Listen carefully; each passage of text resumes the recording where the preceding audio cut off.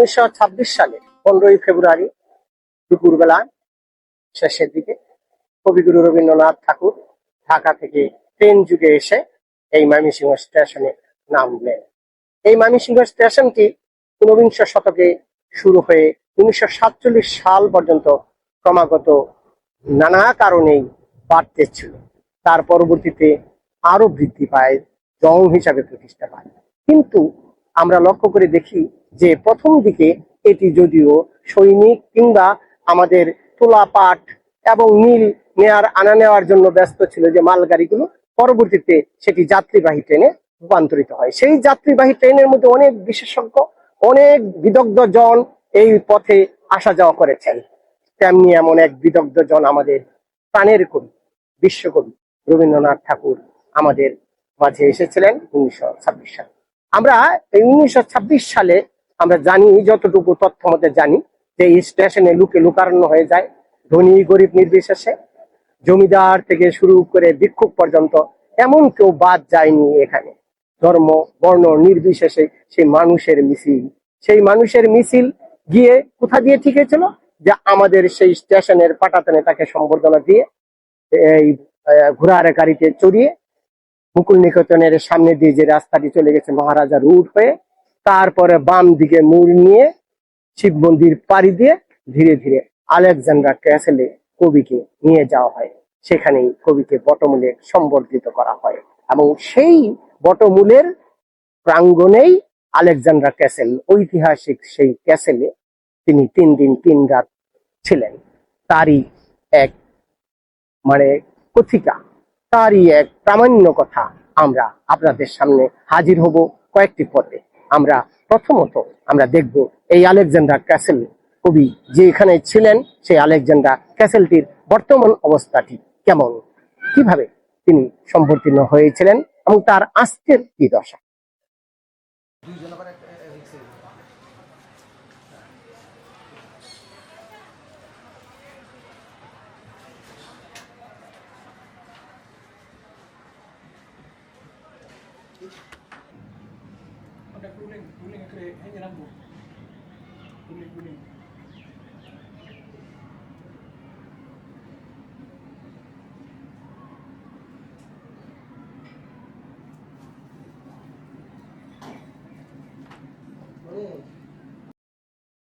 যতই দেখছি ততই বিস্মিত হচ্ছি।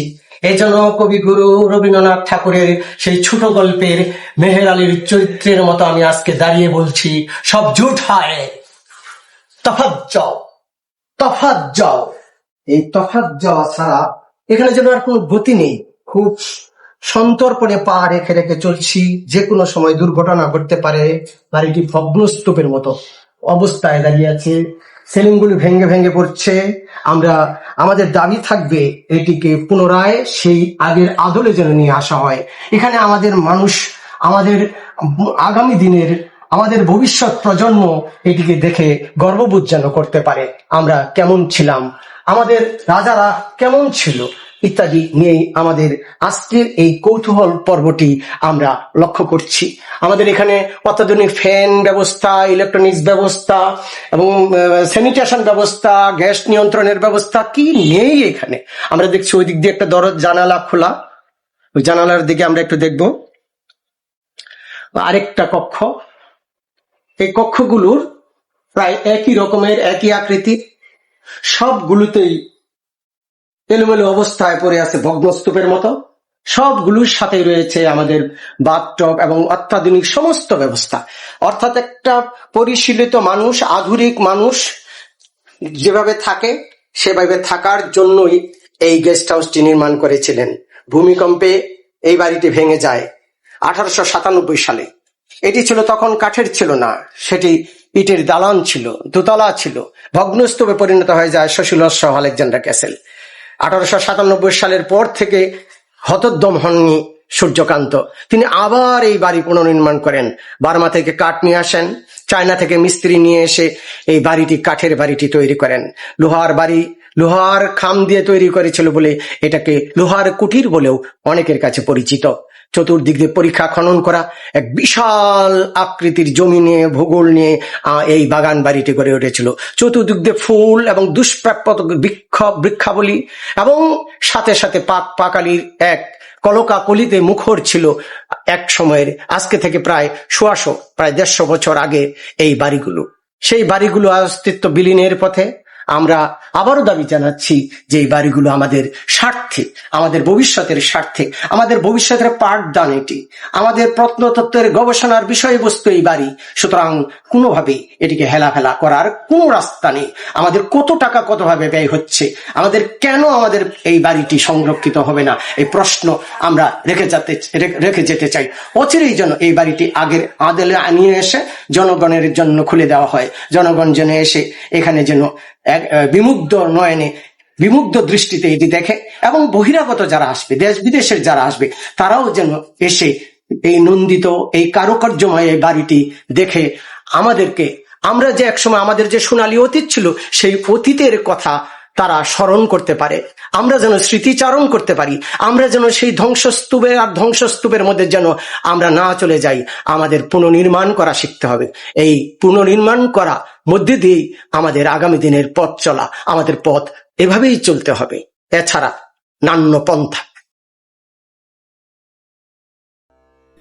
নস্টালজিক কবিগুরু রবীন্দ্রনাথ ঠাকুর তার সঙ্গীতের মধ্যেও বলেছিলেন, পূর্বে নামুর পায়ের চিহ্ন এই মাটি, কিন্তু আমাদের পায়ের চিহ্ন আজ পড়ছে তারই সেই রেখে যাওয়া সেই 100 বছরের স্মৃতি বহনকারী আলেকজান্ডার ক্যাসেল। এই ক্যাসেলের ঝুল বারান্দা, তার নিচে আবার একটি বারান্দা, ছোট বারান্দা চৌকুনো, যেখানে কবিগুরু রবীন্দ্রনাথ ঠাকুর বসতেন, গল্প করতেন এবং অনেকের সাথে, সম্ভ্রান্ত ব্যক্তিদের সাথে বসে বসে অনেক কথাই হয়তো ভাবতেন। এবং এই ভাবতে ভাবতে তিনি দেখতেন এই নিচে একটি ঝর্ণা, যেখানে সাদা বালি হাঁস থাকতো, যে ঝর্ণা ধারার একটি ডাটা, যেটি পদ্ম ফুলের মূল শিকড় বলা হয়, সেই পদ্ম ফুলের রাস্তাটি ক্রমে ক্রমে উত্তর দিকে গিয়ে ওই যে বটমূলটা দেখা যাচ্ছে, সেই রবীন্দ্র বটমূল আমরা নাম করেছি। সেই বটমূলের মধ্যে শ্বেত পাথরে বাধাই করা ছিল একটা ফুল, পদ্ম ফুল।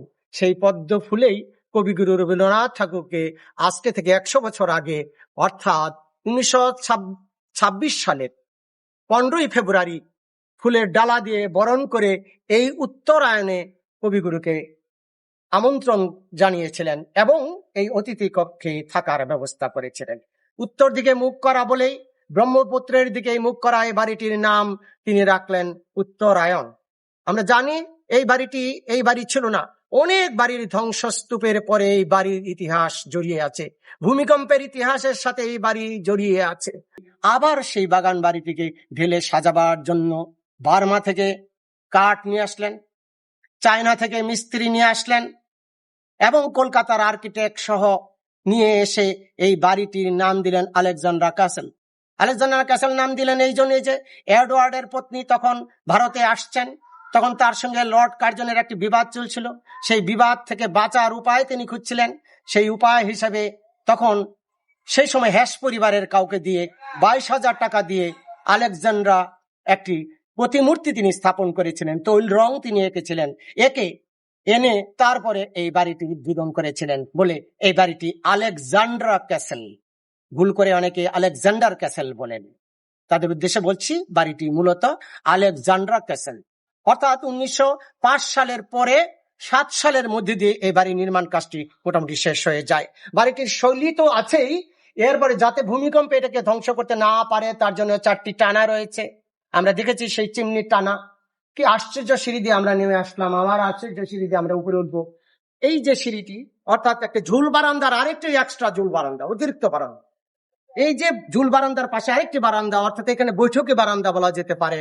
এখানে দাঁড়িয়ে হয়তো দৃশ্য দেখতো, এখানে হয়তো বসে আমাদের সেই দৃশ্য, তখন ব্রহ্মপুত্র এই দিক দিয়ে সব খোলা ছিল, ব্রহ্মপুত্র দেখা যেত, বিশাল ব্রহ্মপুত্র ছিল, তার প্রাকৃতিক সৌন্দর্য ছিল পূর্ব। এই ডান পাশে ছিল অসম্ভব রকমের বৃক্ষের মেলা। পৃথিবীর এখনো বৃক্ষ নাই, দুর্লভ বৃক্ষগুলি তারা এখানে এনে এনে লাগায়নি। একটি গাছ আছে পাখি ফুল, নিচের দিকে ফুটে, আশ্চর্য রকমের সেই ফুল, দুর্লভ সেই ফুল। এরকম দুর্লভ প্রজাতির অনেক ফুল এখানে ভুটানির যারা শিক্ষক এবং শিক্ষার্থী তাদের কাজে লাগে। এই যে প্রত্ন সম্পত্তি, যারা আর্কিওলজি ডিপার্টমেন্টে চাকরি করে কিংবা পড়াশোনা করে, তাদের জন্য একটি ঐতিহাসিক জায়গা এটি। আমরা তাই বলবো যে ইতিহাস সচেতন আমাদের হতেই হবে। ইতিহাস ভুলে গেলে, ঐতিহ্য ভুলে গেলে একটা জাতির আর কিচ্ছু থাকে না, সেই জাতি বর্বর জাতিতে রূপান্তরিত হয়। আমাদের ইতিহাস বলে, আমার ঐতিহ্য বলে, আমাদের হাজার বছরের ঐতিহ্য রয়েছে। প্রামাণ্য কথা মানেই হচ্ছে আমরা প্রমাণ স্বরূপ কথা বলবো। আমরা আপনাদের এই অনুষ্ঠানে বারবার আমন্ত্রণ জানাবো।